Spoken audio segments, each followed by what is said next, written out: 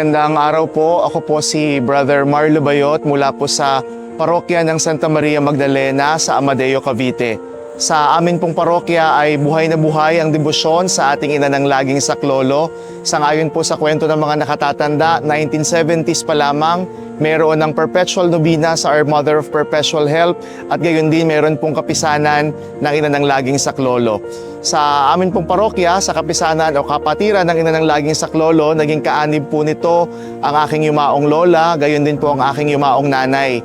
Kaya naman po buhay sa aming pamilya ang pamimintuho sa Mahal na Birhen, lalong-lalo na sa taguring ina ng laging saklolo. Meron din po kaming larawan o icon ng ina ng laging saklolo doon man sa luma naming bahay o sa kasalukuyan naming tahanan. Masasabi ko po na bahagi ng mga biyaya, napakaraming biyaya na tinatanggap namin mula sa Panginoon sa pamamagitan po ng Mahal na Birheng Maria ay ang mabuting kalusugan ko, ng aking asawa, ng aking pamilya at ng iba pa naming mga kamag-anak. At gayon din ang buhay na pananampalatayang Katoliko sa aking pamilya at sa amin pong pamayanan.